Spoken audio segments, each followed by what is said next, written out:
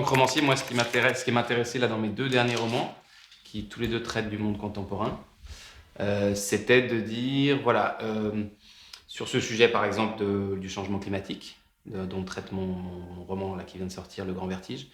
Je voulais surtout pas proposer des dystopies comme font beaucoup de gens, c'est-à-dire partons du pire, faisons le récit de l'apocalypse.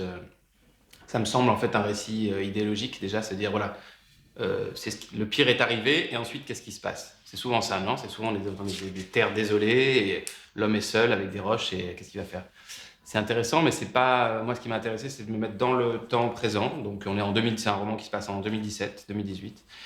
Donald Trump a été élu et Poutine est là et les enjeux sont exactement ceux qu'on connaît.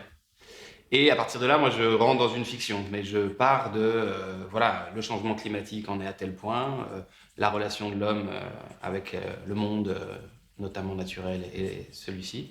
Et ensuite, à partir de tous ces éléments du factuel du monde contemporain, ben, moi, je rentre dans ma fiction. J'avais fait pareil avec le roman précédent qui, lui, parlait plutôt du monde d'Internet, des hackers, du Mexique, de la Californie, etc.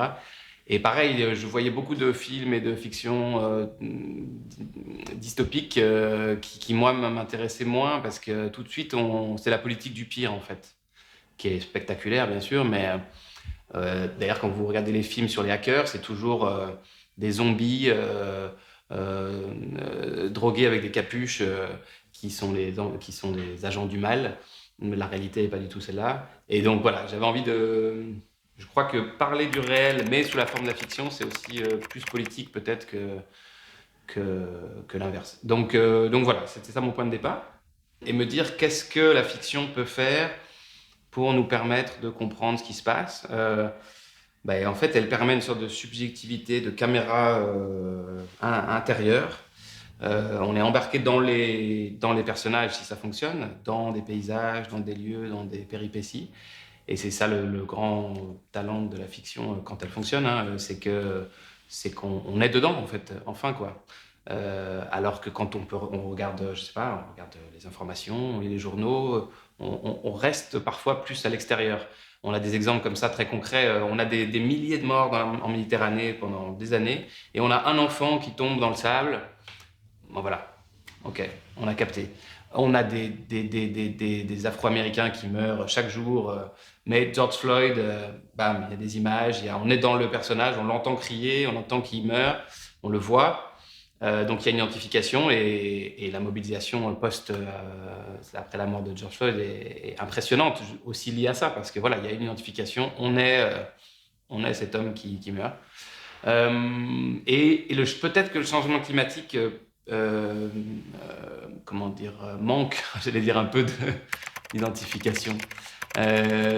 On a les animaux, je ne sais pas si vous avez remarqué, chaque saison, on a un animal différent. Donc on a eu les koalas là, récemment. Ah, les koalas brûlent en Australie, donc ça nous fait quelque chose. On a eu l'ours polaire, alors l'ours polaire famélique comme ça sur sa banquise qui tombe. Ça nous fait quelque chose. Mais ça reste des animaux, donc l'être humain, il a toujours un peu de ils sont voilà, si les koalas, ça lui fait quelque chose parce que le poil est assez doux et tout, mais sinon c'est pas. Alors ça change. Et là, on a eu le pangolin. Alors le pangolin, c'était intéressant parce que on l'a bien détesté, mais il nous a aussi, il y a quelque chose, il y a eu une relation avec l'animal qui a été aussi intéressante. Tout ça pour dire que, mais par contre, des hommes qui meurent parce que c'est quand même l'homme qui nous intéresse le plus, hein, faut le dire. L'identification, elle se fait avec l'autre homme. On n'a pas encore vraiment finalement d'identification par rapport à ces trucs immenses qui arrivent, qui est un changement de civilisation hallucinant. Bah oui, en fait, ce qu'on a, c'est qu'on a eu chaud un peu. On a un peu chaud, je veux dire, les étés, c'est ça. Mais c'est rien, en fait. Voilà. En fait, on se rend pas compte du tout de ce qui se passe. C'est, je crois, le gros problème par rapport à ce sujet-là. C'est que les guerres, on comprend.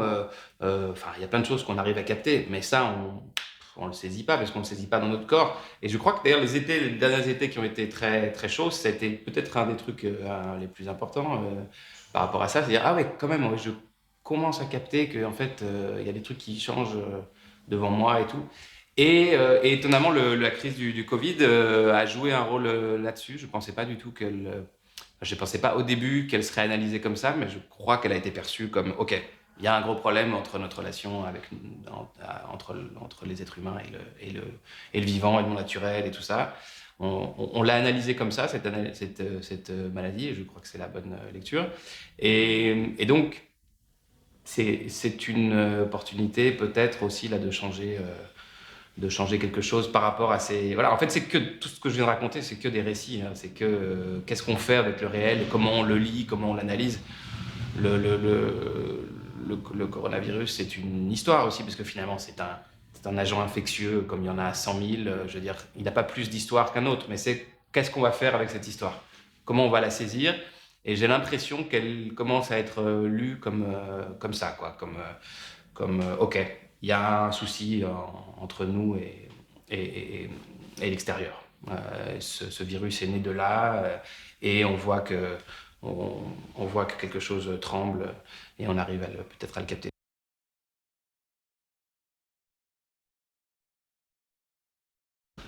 C'est la grande question et moi je dirais qu'il y en a presque plus que dans le réel nu, quoi. La fiction, c'est comme du réel augmenté, peut-être, on pourrait dire ça, et en passant par le mensonge qui serait la fiction, la représentation, les personnages, c'est finalement quand même une invention.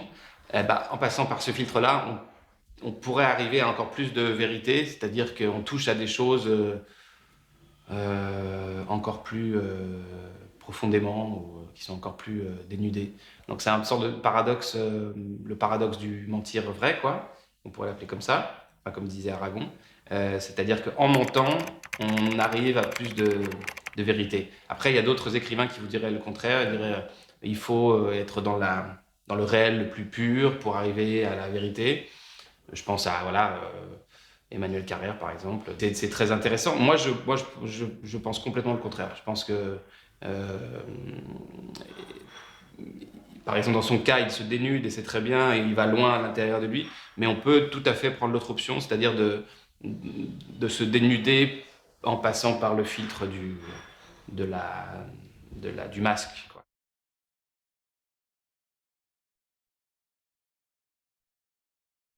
Ouais, c'est vrai que l'importance des fake news dont vous parlez est assez. C'est important parce que on avait quand même on a une foi normalement dans le journalisme et dans le travail. Et là, il y a une sorte de fêlure quoi, dans la, comment dire, dans la crédibilité du réel, quoi. C'est pas du tout un problème journalistique, c'est un problème politique finalement, parce que c'est des infiltrations politiques très clairement pour déstabiliser, on le sait. Euh, mais donc peut-être que là, la fiction, du coup, peut a ce rôle à jouer d'aller droite ouais, à la vérité, à la une forme de vérité.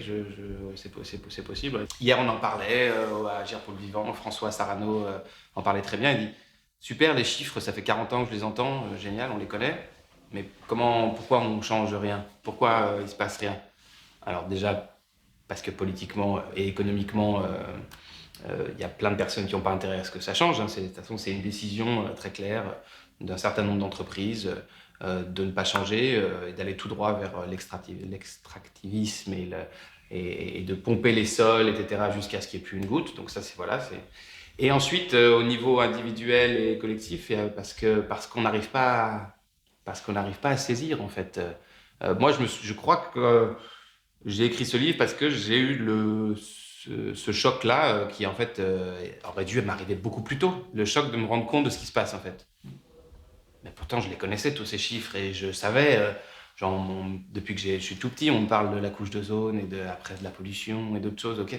Mais quand j'ai vraiment saisi que ce qui s'était passé et ce que une espèce entière avait réussi à faire, et qu'à l'intérieur de cette espèce, c'était pas l'espèce entière, c'était un groupe de personnes, un système économique et politique précis qui avait entraîné tout le reste dans sa traîne, et ensuite qui allait porter le chapeau, c'est ces gens-là qui étaient dans la traîne, qui n'avaient pas du tout décidé. Donc en gros, les pays du Sud, pour aller vite, qui vont être les premiers touchés, qui sont déjà par le changement climatique, par les réfugiés climatiques, par ça. Donc quand j'ai compris ce mécanisme-là, ouais, ça m'a fait ouais, ça m'a quand même, c'était un choc, quoi. Et à partir de là, je crois qu'on peut plus tellement ni penser à autre chose, ni écrire sur autre chose, parce que c'est, waouh. Je crois que l'espèce humaine en tant que telle ne s'est pas encore remise de ce choc-là. C'est dans le livre, parce que c'est ce que je dis, enfin ce que dit mon personnage au début. Il dit que c'est la quatrième blessure narcissique après les trois premières qui sont listées par Freud. Et celle-là, ce serait peut-être la plus grande, la plus forte de toutes, et qu'on va mettre des années, peut-être des décennies à s'en remettre. C'est-à-dire, on a foutu en l'air et notre espèce, et notre espace, et la vie sur Terre. C'est quand même un truc incroyable, quoi. D'avoir réussi à faire ça, c'est très très fort.